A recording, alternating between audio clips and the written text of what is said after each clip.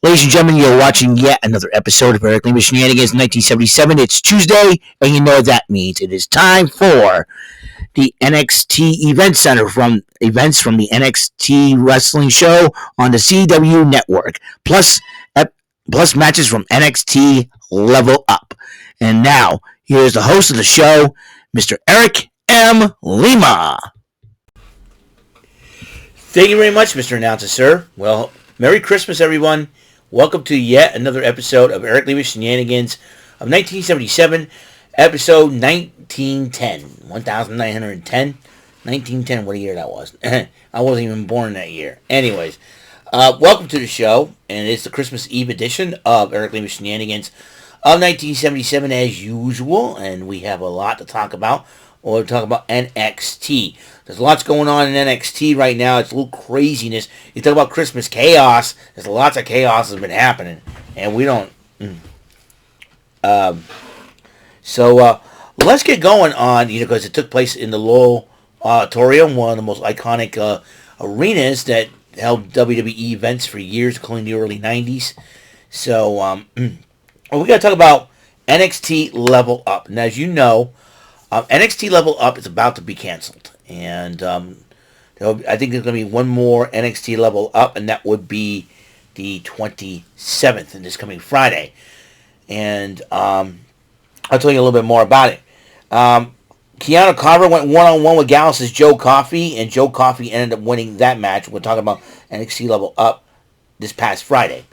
Sarah Schreiber interviewed Lainey Reed, who has been angering a lot of the women's division in her young career. Kendall Gray addresses Reed, and Kendall Gray went one-on-one with Lainey Reed.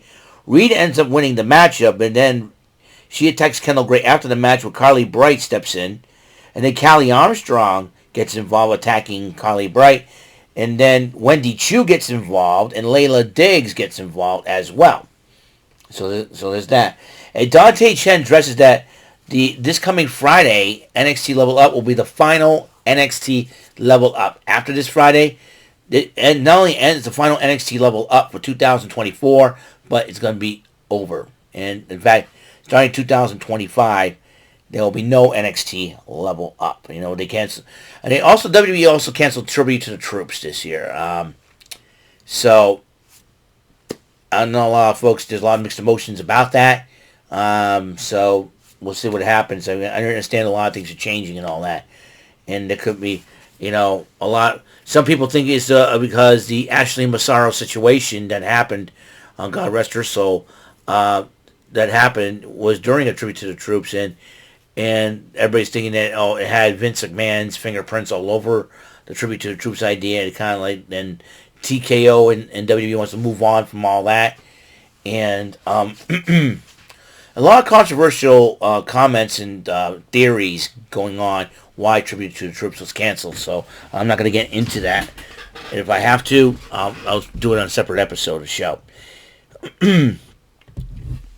or I can address it on a rant and rave. I don't know. That could be something for a topic for me. So Dante Chen, being the gatekeeper NXT, announced that the 27th of December, this coming Friday, will be the last final NXT Level Up. He's issued an open challenge to anybody in the back to face him one-on-one on the final NXT Level Up.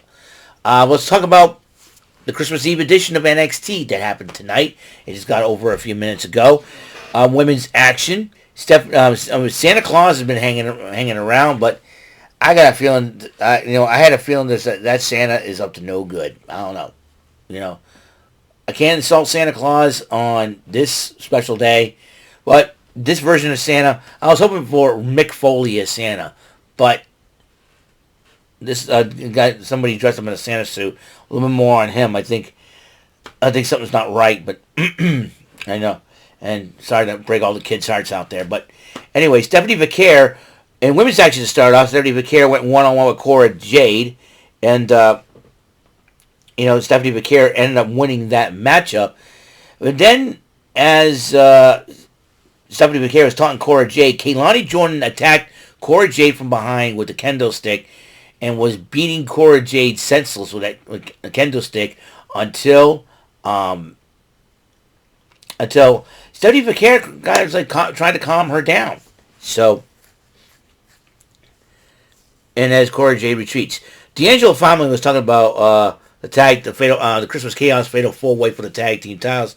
Stacks shared a story about how he used to sleep on the couch waiting for Santa to arrive. He said like Santa was rifling for all the gifts underneath the Christmas tree until his mother came down with a broomstick and started beating him with it, and it was like a neighbor from across the street or something like that.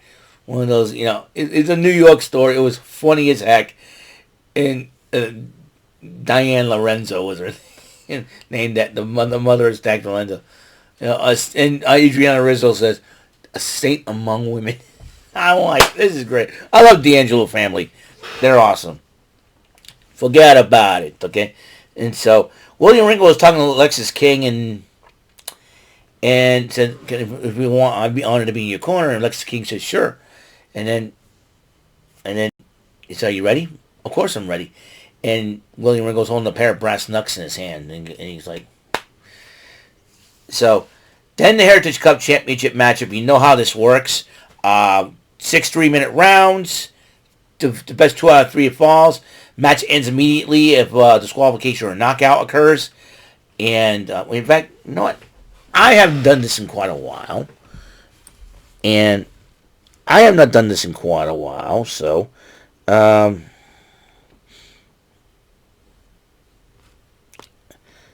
I'm going to look up Heritage Cup, NXT Heritage Cup rules.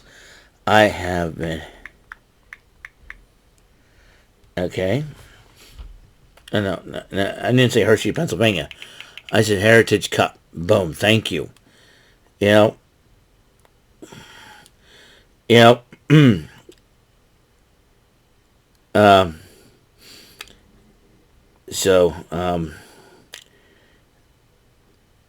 all right, history. It started off in the UK brand, of course. British round rules. Match consists of 6 3-minute rounds, 20-second breaks between each round. 2 out of 3 falls. Falls can be won by pinfall, submission, or countout. Once a first fall occurs, the round ends. The match ends once the wrestler has won 2. In the event of disqualification or knockout, and the match instantly ends without the need for 2 falls. In the event of the reigning champion disqualified, he loses the match and Heritage Cup. And if all 6 rounds completed, whoever is ahead of falls wins the matchup. If tied, the champion retains. So, the matchup happened. Nobody won the first round, but in the third round, Ren Sinclair starts jumping all around like a crazy person because she was in Charlie Dempsey's corner. And then Alexis King is getting slow to get up, and then William Regal offers him brass knucks. He says, "No, I want to win it the right way. Here you are. Take it back." And William Regal punches Alexis King. I'm like, did he betray King? And then the nuts came flying out of his hand. Charlie Dempsey picks him up, and the referee's sees Alexis King getting knocked out, and he thought that Charlie Dempsey used the knucks to beat him and rang the bell.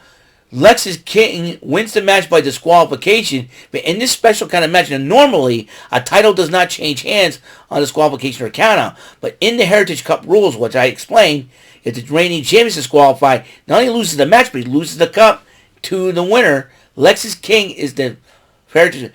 This is the first time ever in a long time that a championship just changed hands by disqualification. You had to go date back to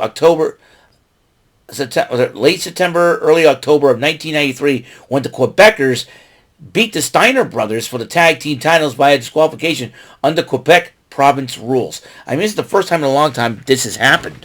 So this was crazy. So what a crazy way to end the Heritage Cup Championship match on Christmas Eve, let me tell you. OTM was talking about Christmas and the tag team titles, and they were wanting a shot at the belts. And Kaylani Jordan was very upset with Stephanie Vaquer, and he said, "Listen, I don't need your help." And she starts complaining. Lola Vice has calmed down. She's trying to help you. "I don't need your help, Lola. Just leave me alone." And it seems to me, it seems to me that Kaylani Jordan is starting to show a little bit more of her personality. That could come into play next year. The women's division could kick up. The NXT women's division could really ratchet it up next year. I'm telling you, it's going to be crazy. No, ratchet it up. No, when I meant hype it up a little bit. Level up. Let's go that way. Let's go. If I say ratchet it up, it's like, hey, you're ratchet and all that. No, level it up. I think the women's division is going to level up. No pun intended there. Next year, 2025. Speaking of the women's division, more of this chaos in the women's division. Unholy Union, Alpha Fire, and Isla Dawn, former NXT, former WWE Women's Tag Team Champions, took on Fatal Influences, JC Jane, Jasmine Nix with the NXT Women's North American Champion Fallon Henley in their corner. During the matchup, though, here's where it gets crazy.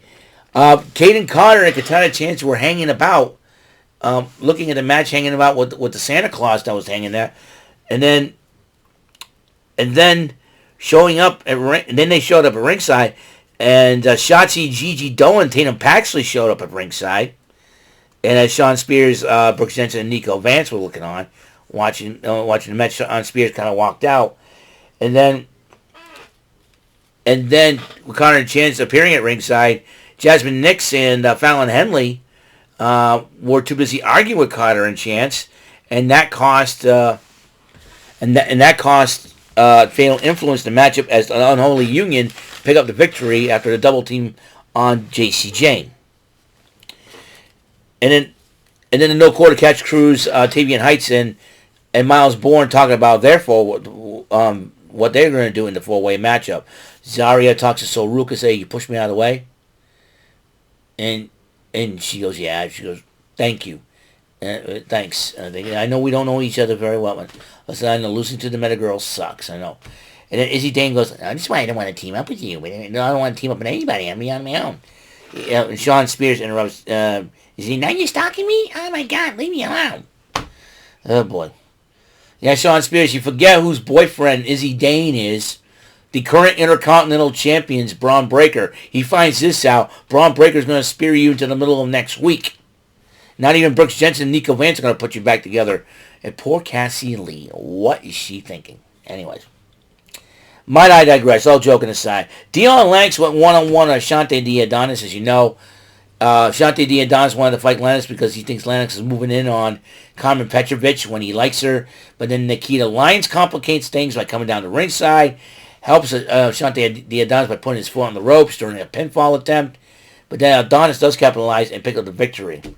Nikkita Lyons, show more. I still love Nikkita Lyons. She's one of my favorite ladies in NXT. Her, Gigi Dolin, Lola Vice. What a time. What a time. Anyways, so there's that Hank and Tank. We're talking about about Christmas and a Fatal 4-Way matchup. Those two, I love Hank and Tank too. They're like the funniest dudes ever on the planet.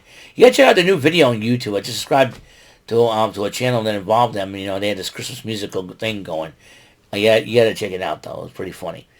And then Shotzi, Gigi, and Tatum Paxley were talking to each other, and then Connor and Chance goes, "Hello, ladies, how you doing?" And we're here to check out the women's division in NXT. And then the Meta Girls interrupt her, and all that good stuff, and whatever.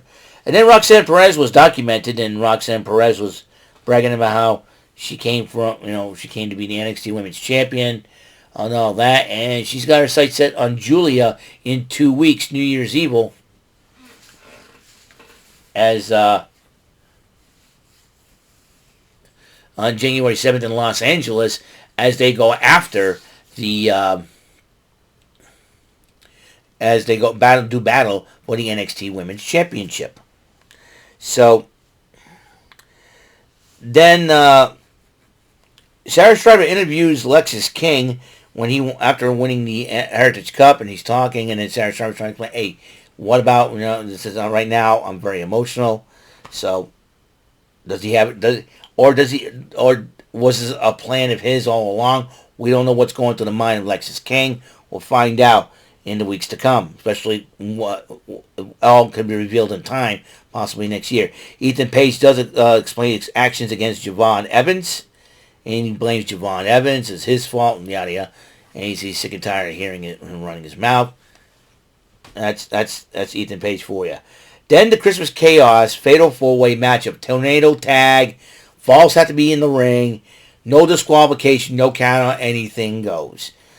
These 4 teams were powerbombing each other through, they're punching each other with gifts, tables, chairs. Hank Walker and Tank Ledger had a shopping cart, probably from Target, I don't know.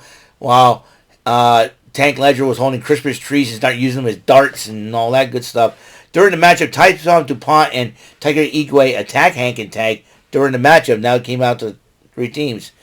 And then Tony D'Angelo's handing weapons, Christmas-type weapons to Luca and Stax, and they were beating the crap out of the other 2 teams with them. But then the Santa Claus that has been hanging about throughout the whole arena attacked Tony D'Angelo, hits him with like a DDT-type move, distracted Stax and Luca, and OTM capitalized, and they won the matchup. But then the Santa took off the hat and the beard. It was none other than Rich Holland. Rich Holland, how dare you, sir, on this great holy night of Christmas Eve, you had to desecrate the name of Santa Claus by dressing as Santa Claus. Rich Holland, I hope Tony D'Angelo makes you sleep with the fishes and possibly take a dip in the pool with cement shoes. You better watch yourself. You mess with the family, you're going to get hurt. And believe me, Rich Holland, you made a big mistake, dude. You made a big mistake, and you're going to pay for it. You're going to pay.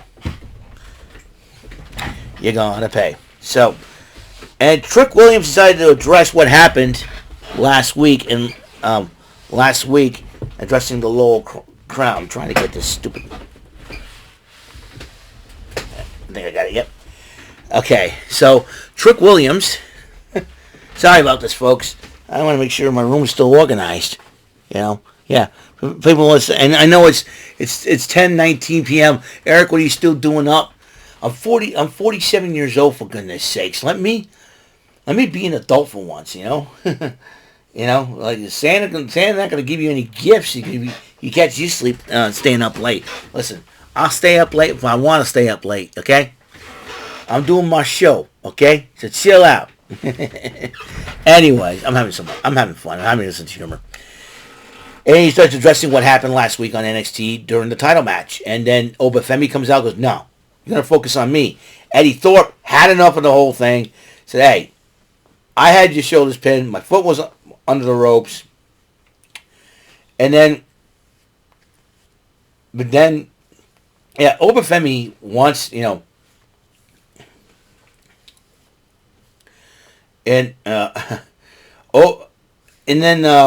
and Trick goes, okay, I've had enough.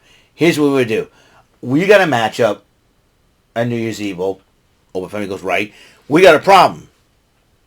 You and I got a problem. So here's how I'm going to sell it. Triple threat match for the title. I'll put the title line. And Obafemi goes, oh, so you're going to pin Eddie Thorpe and not me? And it's the triple threat match, Oba. The odds are against the champion, dude. Oh boy, some people just like to think crazy. Anyways, so all 3 continue to argue until Ava interrupts and says, "Trick, is this what the match you wanted? I'm more than happy to do that." He says, "Make the match, Ava." And Ava goes, "Fine. It's a triple threat match for the NXT title on New Year's Eve." And then all 3 men brawl it out. Thorpe retreats and Obafemi stands tall and holding the championship. And that's where it's end. Man, oh man, this is one chaotic Christmas Eve of NXT. I love it. Well, that's all the time we have on this episode of the show. Thank you for tuning in. And episode 1910 has been complete. I hope you guys have a very Merry Christmas. And I'll see you in the next episode of the show. Until then, Mr. Announcer, take us home.